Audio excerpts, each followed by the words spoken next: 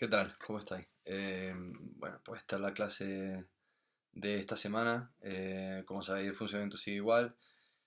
Y además no solo es la de esta semana de estética, sino que es la última. ¿Por qué la última? Porque quedan todavía dos sesiones, ¿vale?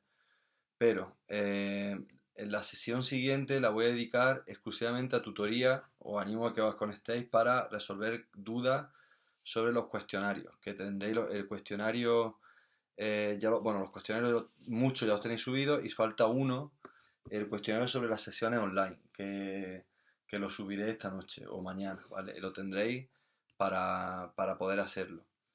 La fecha de entrega de esos cuestionarios, bueno, como os digo, la semana que viene tenemos todavía el miércoles por la mañana para el grupo A y por la tarde para el grupo B, todavía tenemos otra sesión, que repito, será solo tutoría para resolver cuestiones y preguntas y dudas sobre los cuestionarios que estéis teniendo, ¿vale? Será esa una oportunidad de oro para, para resolver cosas. ¿Por qué? Porque el día 25 de mayo perdón, el 26 de mayo tenéis la sesión de examen y ese día tienen que estar todos los cuestionarios entregados, ¿vale?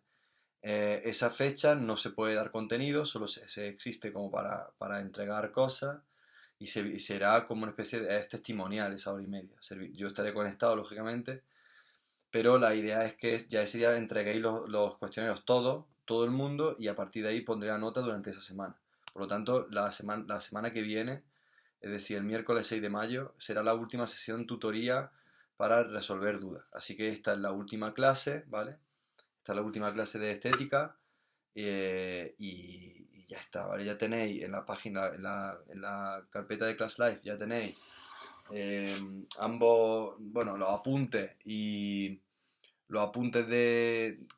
que hago siempre, ¿no? Y un texto que es por lo que se trabaja en cada sesión. Este texto se llama Geopolítica del chuleo.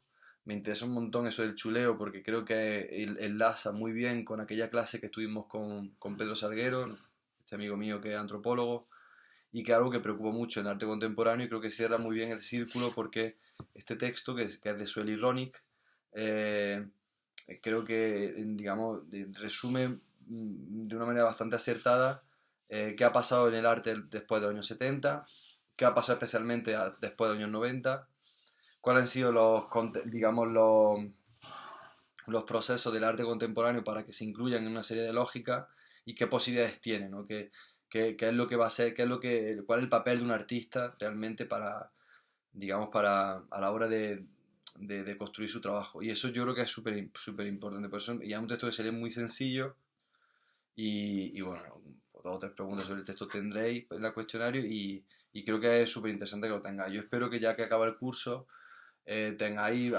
he visto en el Class Live hay 10 sesiones, son 10 textos, hay una gran cantidad de información y más allá de aprobar una asignatura, que evidentemente pues, respondiendo a los cuestionarios estáis aprobados, pero ya no más de eso, sino me refiero a que espero que en el futuro os sirva todo este material de todo este año para hacer una idea y para fijar en algunos contenidos que son esenciales si queréis entender de cómo funciona el arte contemporáneo. Y eso es fundamental, ¿vale? Bueno, pues el texto este, que es la clase de hoy, lo que se llama Geopolítica del chuleo, a mí me parece súper interesante ese concepto del chuleo, del chulo, y os voy a explicar por qué. Digamos que Ronick empieza el texto o empieza su explicación con una evidencia, ¿no? Y es que desde los años 90, del año 90 del siglo XX, eh, el arte ha escogido, digamos, o ha optado por un intento muy claro, muy evidente, se ve perfectamente en los museos y en los trabajos artísticos, muy evidente, haciendo frente o en un trabajo de hacer frente a las políticas neoliberales y los procesos de subjetivación que tantas veces hemos hablado en clase. No hace falta tampoco insistir tanto en eso, ¿no? Pero evidentemente el arte ha conseguido, o desde el año 90 ha intentado siempre ser una especie de subversión contra el poder establecido, que viene de unas políticas de un capitalismo tardío y eso que llamamos neoliberalismo. Y es una realidad, es decir, no es cuestión de discutirlo. El arte político se ha convertido en una especie bueno, de tendencia absoluta, ¿no? O sea, esa es la realidad, ¿no? Que casi es muy difícil ¿no? hacer un trabajo artístico que no esté, digamos, denunciando o luchando contra una evidencia, ¿no? Eh, Por lo tanto, ante esa situación, que es muy evidente, es real también, y eso es lo que estoy hablando con Pedro, y es una cosa que hemos hablado muchas veces, es una evidencia que muchos artistas han optado por agruparse en colectivos, tal cual, o al menos, si no en colectivos, digamos, perfectamente establecidos, sí colectivos que sean o que han sido, digamos, de nivel conceptual, es decir, el arte se puede englobar o categorizar en ese tipo de colectividad, vamos a llamarlo así. Y lo real es que después de los años 90, el arte político, por llamarlo de alguna manera, o el arte colectivo, el arte subversivo, ha sido de una enorme influencia y ha tenido pues, una alta repercusión en todos los mercados del arte, ¿no? Del mercado del arte, que es el que al final el que maneja el cotarro este, ¿no? Y eso es una paradoja, y lo hemos estado hablando muchas veces, ¿no? De cómo es posible que un arte que lucha en contra de unos poderes establecidos acabe, digamos, dentro del sistema del arte. Y eso es donde parte Rolnik y es una evidencia, lo hemos hablado infinitas veces en clase. Pero lo bueno que tiene este texto, a mí por lo menos me parece interesante, es que, y creo que os ayudará mucho si lo entendéis, porque eh, ella da por hecho eso, pero se mete en otro lugar, que me parece que es súper interesante, y es que se hace una pregunta muy, muy obvia, y es que dice, vale, entendiendo que el sistema capitalista está asumiendo toda la subversión propia del arte, digamos, subversivo, después de saber que existe una paradoja en el mercado del arte, que es todavía hoy, en el siglo XXI, en años 20 del siglo XXI, que es aquello que nos empuja a seguir creando, ¿no? Que es aquello no sé, que nos mueve para seguir haciendo arte, ¿no? Ella resuelve diciendo que, en principio, es algo así como una especie de filtración a través del cuerpo o de un tipo de malestar, es decir, que siempre que creamos es porque entendemos que hay algo dentro de nosotros que no está funcionando del todo bien o que tenemos una necesidad, digamos, que sale un malestar de nosotros mismos para poder expresarnos algo, ¿no? Y ese proceso de creación que viene de un tipo de inquietud corporal, ya sea conceptual, ya sea plástico, ya sea musical, ya sea visual, ya sea cinematográfico, ya sea lo que sea, ¿no? También es existencial, es decir, también es un modo de vivir, ¿no? Y claro, Ronnie dice que pensamos y que creamos, porque al final es un proceso muy parecido, el pensar y el crear, porque hay algo en nuestras vidas cotidianas, que nos empuja a hacerlo, digamos. O sea y eso yo creo que estamos todos de acuerdo, ¿no? Hay alguna necesidad que es física de expresar algo que queremos decir, ¿no? Y para eso existe el arte, ¿no? Y eso que ocurre es cotidiano, eso pasa todos los días, ¿no? Y eso que pasa todos los días, eso que es cotidiano, no tiene nada que ver o no tiene en absoluto, no tiene absoluta relación primera, original, con una tendencia, ¿no? Con el mercado del arte. Es decir, el tipo de moda, digamos, viene después. Eso es lo que se llama tendencia o moda o lógica o que viene marcada por el mercado es, digamos, posterior. Es decir, originalmente esa pulsión por generar arte es algo que tiene que ver con lo que ella llama una vibración, el cuerpo vibrátil, algo que nos vibra dentro, ¿no? Y ese abrirse dentro viene lógicamente condicionado, evidentemente, por nuestra experiencia del mundo. Por eso entender lo que ocurre alrededor de nosotros es fundamental para entender qué tipo de vibraciones, qué tipo de frecuencias tiene nuestro cuerpo. Por lo tanto, el arte en general, y esa es la puñetera realidad, el arte no es más que una apertura o un intento de apertura a otras posibilidades, o como se dice en arte mucho, a otros posibles, ¿no? Que son de esos otros posibles, que son pues otras formas de ampliar, otras formas de mirar, otras formas de entender, otras formas de percibir, otras formas de aprehender, otras formas de asumir pues la experiencia que nosotros tenemos del mundo, ¿vale? Por eso el arte al final mantiene intacta, después de tantísimos años, mantiene intacto, perdón, después de tanto tiempo, su inmensa y enorme capacidad de transformar el entorno. Y eso es algo que, nunca mejor dicho, dice Rolnik, y ahora con el virus tan candente, es algo que es contagioso, digamos. O sea, y esa es la realidad, que el arte o los procesos de apertura de nuevos posibles abren la posibilidad de que alguien siga haciéndolo, y eso es, digamos, lo que nos mueve por dentro, ¿no? Por tanto, el arte indaga, y solo puede ser eso, es decir, no puede ser otra cosa. El arte es una especie de investigación en el presente, y es al mismo tiempo necesita investigar, necesita indagar en el presente, al mismo tiempo que es responsable máximo de su participación en el presente. Es decir, el arte tiene mucho que decir en la forma en la que vamos a construir el nuevo mundo y en la que estamos construyendo nuestro presente. En gran medida, ahora que estamos en cuarentena, gran parte de los logros que saquemos de estos días serán creativos. Muchos de nosotras y muchos de nosotros sabéis que estamos generando en nuestro confinamiento una nueva forma de generar otro tipo de pensamiento, ¿no? Otro tipo de posible. Y lo hacemos a través del pensamiento y lo hacemos a través de la creatividad. Y eso es el arte, ya sea la forma que tenga, ¿no? Y eso es lo que yo todo el curso he intentado explicaros de mil maneras posibles. Y eso es lo que yo creo que Rolnik lo explica muy bien. Para ella también, además, entiende que es primordial, digamos, para que la creación sea posible, una especie de superación de la vulnerabilidad, de lo que ella llama vulnerabilidad al otro.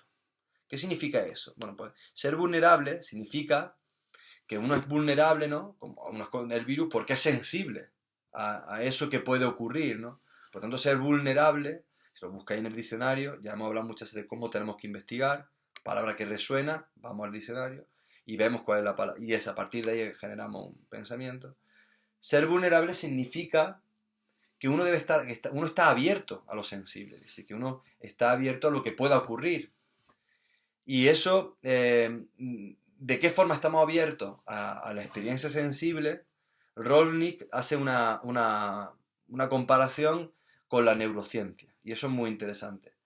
Rolnik nos recuerda que a niveles neurológicos todos nuestros órganos tienen una doble capacidad, y esto es completamente real, esto es ciencia pura. Tiene una capacidad cortical y una capacidad digamos, capacidad subcortical, una cortical y otra subcortical. La parte cortical, digamos, en nuestros órganos, que ella lo compara con nuestra forma de crear, corresponde a la percepción. Es decir, las formas corticales, digamos, de nuestra percepción de la vida, significa que aprendemos el mundo, ¿vale? A nivel, digamos, de la percepción de cómo lo entendemos, para luego poder proyectar sobre ese mundo nuestras propias representaciones del mundo. ¿Qué es una representación del mundo? Pues como nosotros vemos a un amigo o una amiga, queremos hacer un retrato pictórico, pintarlo y estamos representando el mundo, no es tal cual como es, sino que lo estamos, a través de la aprehensión de esa experiencia, generamos un otro posible para poder, digamos, proyectar en ese nuevo mundo mi representación de mi amigo o de mi amiga, ¿vale? Eso es muy normal, ¿vale? Eso, digamos, según Rolnik, y eso es así, está asociado, digamos, esa parte, digamos, cortical, está asociado al conocimiento de la historia del sujeto. Es decir, tenemos que tener un claro conocimiento de cómo se ha conformado la historia de la humanidad para poder hablar de ella, ¿vale? Y al mismo, digo de la humanidad lo macro, pero lo micro, es decir, de un amigo, pues tenemos que saber su historia para poder representarlo. Por lo tanto, hace falta una investigación sobre nuestro amigo y nuestra amiga que vamos a pintar. Por otro lado, hay una parte subcortical, que le llama ella, ¿no? Que eso es algo así como que nos ayuda a aprender el mundo, a aprenderlo, siempre con H intercalada, pero a este caso a un nivel de sensaciones, no tanto de percepciones. Esa parte de sensaciones, que no saben muy bien de dónde vienen, no tiene una relación directa con la historia del sujeto o del lenguaje, sino que más bien es algo que nos vibra dentro del cuerpo, ¿vale? Es algo así como que somos capaces de asumir o de interpretar esa fuerza que hay en el mundo. Es esas mariposas que en el estómago nos salen algunas veces sin saber muy bien por qué. Y eso, esa parte subcortical que llama Rolnik, o esa parte, digamos que está relacionada con las sensaciones, es tan fundamental o tan importante como la parte que tiene que ver con la parte cortical, es decir, con la parte de entendimiento concreto de un lenguaje. Por lo tanto, ambas experiencias, aunque parezcan paradójicas, se corresponden a niveles perceptivos y es su conjunción, es decir, la parte sensorial, la vibración del cuerpo, esa cosa que no sabemos muy bien explicar, con el conocimiento claro de la historia, el conocimiento claro de lo que queremos representar, es decir, de la investigación clara de las ciencias sociales, ambas cosas es las que posibilita poder crear. Así que no se trata ni de saber mucho, ni de no tener esa pulsión por pintar. Pero tampoco podemos solo tener pulsión sin saber. Es la unión. Dicho de otra manera, y a modo de corolario para todo nuestro curso, tenéis que entrenar esa vibración del cuerpo, ¿no? tenéis que entrenar esas emociones, pero también tenéis que entrenar vuestro conocimiento del mundo. Es tan importante dejaros llevar por estas sensaciones como aprender, como leer, como estudiar, como investigar sobre arte, sobre otras muchísimas cosas. Ambas cosas son las que posibilitan la creación. Y nunca ninguna de las dos cosas eh, independiente. Uno puede tener un gran talento para dibujar, pero será insuficiente. Y otra persona puede tener un enorme conocimiento del mundo, pero si no sabe plasmarlo en forma artística, tampoco tendrá arte. Es la conjunción de ambas cosas la que posibilita el arte, ¿vale? Así que el peso que le otorguemos a cada una de estas variables, esa cortical o subcortical, dependerá, pues evidentemente, de cada resultado, de cada persona, y el resultado dependerá, lógicamente, del peso que uno le ha dado, ¿no? Pero eso lo que está claro es que esa manera de interpretar, de darle peso a lo cortical o subcortical, sí que es verdad que viene limitado por la experiencia de cada uno, y ya hemos dicho que esa experiencia de cada uno no dejan de ser o no dejan de tener un valor eminentemente político. Por eso Soel y Rolnik habla de políticas de la subjetivación, porque nosotros conformamos esa subjetividad de una manera, digamos, cortical y subcortical, es decir, es como una manera creativa, y no podemos olvidar que eso es así. Esa subjetividad, por tanto, es flexible, dependerá de cada uno, ¿vale? Y dependerá también del contexto en el que nos movamos. A saber, el nuestro, que es lo que yo quiero explicar hoy, está marcado, digamos, por una evidencia que se llama historia del arte contemporáneo. Y eso quiere decir que, digamos que hasta los 70, hemos hablado muchas veces del mayo del 68 y lo que supuso los 70 como escisión y corte en lo que hubo y lo que viene. Podemos decir que antes de los 70 había una corriente fordista. Fordista tiene que ver con un tipo de capitalismo muy marcado, muy, digamos, muy en cadena, muy encadenado, que promulgaba una política de identidad del sujeto, ¿vale? Y las personas se construían de una manera, digamos, estructural, pero no tanto, no se permitía ese cuerpo vibrátil. Sin embargo, cuando terminaron los 70, sobre todo después del mayo 68, hubo una intensa necesidad de liberación. Y esa intensa necesidad de liberación tuvo como lema algo así como que la imaginación tiene que estar al poder. Es decir, es la creatividad libre la que tiene que estar al poder, ¿no? Y yo creo que vosotras y vosotros sois hijos de esa necesidad de liberación. Y lo que llegó fue, pues, una subjetividad flexible. Al mismo tiempo que también fue una radical experimentación de esos modos de existencia, ¿no? Y que abrieron a niveles sexuales o a niveles políticos, a niveles de identidad, un montón de posibilidades. Y en gran medida fue eso lo que permitió que nuestra multiculturalidad, nuestra multietnicidad y nuestra múltiple entendimiento del mundo a través de todos los enfoques, todos los puntos de vista posibles, se realizase, si no sería un estándar, una sola manera. Por lo tanto, esos modos de existencia, que fueron muchos, y esos muchos modos de creación, digamos, estallaron dentro de la cultura establecida para generar un tipo de contracultura. Y ahí está el punk, por ejemplo, en su momento, como todos los movimientos de subversión cultural que se han ido sucediendo. Y lo vimos en la exposición de Poética de la Democracia, cuando fuimos al Reina Sofía. Así que, digamos, esa es la realidad, que a partir de los 70 hubo una exaltación de lo radical. Lo que ocurre es que estas radicalidades, digamos, están actualmente pues completamente normalizadas porque han entrado en el museo y han entrado en todas las instituciones que manejan el mercado del arte, como decíamos al principio de este vídeo. Claro, lo que tenemos ahora es una especie de subjetividad flexible, pero digamos a cada momento. Es decir, podemos a través de las redes sociales y sobre todo a través de la celebración de lo publicitario, de la publicidad, de querer parecer otras cosas, siempre tenemos una subjetividad que puede estar cambiando continuamente. Y ha sido esa publicidad, entendiendo esa publicidad como nuestra forma de hacernos ver a través de redes sociales, por ejemplo, la que está marcando una identidad que ahora mismo está, digamos, desplazada, ¿no? Y que está siempre continuamente vendiéndose como una posibilidad. Si uno se mete en la story de Instagram, ¿no? Vemos 4 stories de amigos y ¡pum! Publicidad. Y además cada story de eso funciona como una especie de posibilidad de ser otro. Ahora en pandemia, la posibilidad de entrenar en casa, la posibilidad de hacer pan en casa, todas esas cosas que están pasando tanto en la cuarentena. Así que de alguna manera ese paraíso en el que nos vendía el capitalismo, ya Dios, digamos, ese Dios omnipotente no existe, lo que existe es el capital, ¿vale? Y eso es la realidad, ¿no? Y entonces eso es lo que Soel y Rolnik llama el chulo. Esas son las políticas de, digamos, lo que ella llama las políticas o las geopolíticas del chuleo. No voy a entrar tanto en detalle en ese texto porque no me interesa tanto, pero bueno, lo leéis porque ella habla de Brasil y tal, pero sobre todo me interesa mucho el concepto este de chuleo o de chulo, porque me parece muy interesante. Por un lado, digamos que ese capitalismo tardío, este capitalismo nuestro, sea, o que lo que llamamos en pensamiento crítico, capitalismo cognitivo, que tiene que ver también con la biopolítica, es decir, tiene que ver con la capacidad que tenemos de cognoscer el mundo, se apropió, es decir, incluyó en sus lógicas pues todas estas políticas o estas fuerzas liberadoras que venían de los años 70, ¿vale? Por supuesto, estas fuerzas liberadoras que fueron asumidas, repito, por el capital, pues se pusieron al poder, digamos, al servicio del poder, es algo muy evidente, ¿no?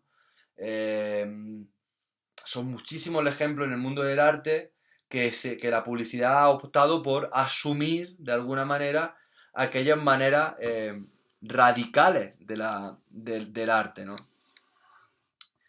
Solo tenéis que pensar como, por ejemplo, muchos músicos, bueno, la imagen típica, ¿no? De la camiseta de Kurt Cobain, ¿no? Alguien que era completamente contrario a todo este tipo de cosas, acaba siendo imagen de Zara o Bershka o cosas así, ¿no? Eso es, digamos, cómo el capital asume para sí mismo esas fuerzas que en principio fueron liberadoras, ¿no? O como hay camisetas de Banksy, o sea, un montón de cosas, ¿no? O incluso el Che Guevara, ¿no? Pues claro, esa actitud en lo micro, digamos, fue que una actitud en lo micro que fue alcanzando, digamos, poco a poco, una representación, vamos a llamarlo así, en los espacios cotidianos, ¿no? Por lo tanto, se desplazó el motivo propio de la subversión, ¿no? Si uno se pone una camiseta de Kurt Cobain, pues estás desplazando el motivo de la subversión, porque olvidamos que ese era un chico heroinómano, punky, que en un momento muy concreto en la Seattle de los últimos años 80, los primeros años 90, tenía una representación que era contracultura. Sin embargo, ahora que Pull&Bear o Zara o Bershka, no sé quién, venda camisetas con la cara de él o que ponga Nirvana, pues claro, está desplazando el motivo primero de la subversión para asumirlo en los motivos de las lógicas propias del capitalismo. Y eso que podía pasar y pasó, ¿no? O sea, que fue que encandilado por la aceptación, ¿no? Y por la recompensa económica de esos métodos subversivos, muchos creadores pues entregaron directamente su trabajo a esa forma del capital, ¿no? Y Suelny Rolny llama a esa manera de asumir el capitalismo, que tiene el capitalismo de asumir esos espacios, digamos, de subversivo, lo llama el chuleo. Es como que el capitalismo nos chulea a través de su, de, su, de su aprehensión, ¿no? De lo subversivo.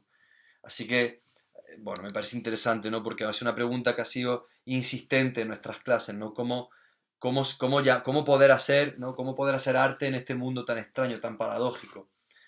Bueno, pues a lo mejor probablemente la geopolítica es ese chuleo, ¿no? Entonces, Rolny se plantea un par de preguntas que me parecen súper importantes y que yo animo de cara a este verano que falta y de todos los años de vuestra formación en arte, que os la hagáis también, ¿no? La gran pregunta entonces es ¿qué puede hacer el arte? ¿O qué puede el arte? Bueno, pues en principio he marcado dos, ¿no? En principio conocer muy bien la cartografía, cuando hablo de cartografía, el mapa de situación, el mapa conceptual, el mapa existencial de nuestro mundo, porque si conocemos muy bien ese mapa, podemos llegar a cambiar o poder delimitar o rehacer o revisar o remirar esas nuevas fronteras. Es decir, si conocemos muy bien lo que está pasando, tendremos la posibilidad de generar cosas nuevas. Pero para eso hay que hacerse un montón de preguntas, y eso es lo que yo animo como estudiantes de arte y tan jóvenes que hagáis.